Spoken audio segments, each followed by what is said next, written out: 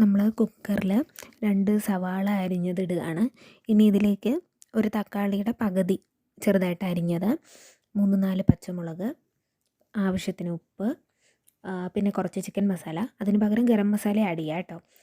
പിന്നെ കുറച്ച് Kashmiri chilli powder, ഒരല്പം മഞ്ഞൾപ്പൊടി. ഇത് ഇത്രയും കൂടെ ഇട്ടിരിക്കുകയാണ്. ഇനി അതിൻ്റെ പുറത്തേക്ക് കുറച്ച് കറിവേപ്പില കൂടെ ഇട്ട് കൊടുക്കാം. എന്നിട്ട് എല്ലാം കൂടി നന്നായിട്ട് ഇങ്ങനെ ഒന്ന് കൈ വെച്ചൊന്ന് മിക്സ് ചെയ്തെടുക്കാം.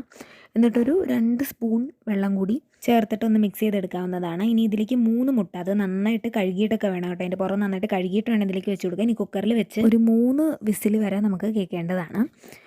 3 വിസിലിന് ശേഷം ഇതൊന്ന് എടുത്ത് നോക്കുക. അപ്പോൾ ആ മുട്ട നന്നായിട്ട് വെന്തിട്ടുണ്ടാവും. നമുക്കിനി 3 മുട്ടയും എടുത്ത് മാറ്റി വെച്ചിട്ട് അത് തണുത്തതിന് ശേഷം അതിൻ്റെ തോട് പൊട്ടിച്ചെടുക്കാവുന്നതാണ്. അപ്പോൾ ഇതിൻ്റെ പ്രത്യേകത, നമുക്ക് ഈ കറിക്ക് എണ്ണ ആവശ്യമില്ല. എണ്ണയില്ലാതെ തന്നെ നമുക്ക് നല്ലൊരു കറി ഉണ്ടാക്കിയെടുക്കാം. ഇനി ഇതിലേക്ക് നമുക്കൊരല്പം മല്ലിയില കൂടെ ആഡ് ചെയ്ത് കൊടുക്കാം. എന്നിട്ട് മുട്ട കൂടെ ഇതിലേക്ക് പിന്നീട് നമുക്ക് വെച്ച് കൊടുക്കാവുന്നതാണ്. അപ്പോൾ മുട്ടക്കറി റെഡിയായി. ഇതിന് എണ്ണയും ആവശ്യമില്ല. മുട്ട വേവിക്കാനായിട്ട് പ്രത്യേകം ഗ്യാസ് ചിലവാക്കേണ്ട ആവശ്യവുമില്ല. അപ്പോൾ ഈ കറി എന്തായാലും ഒന്ന് ട്രൈ ചെയ്ത് നോക്കണേ. ബൈ.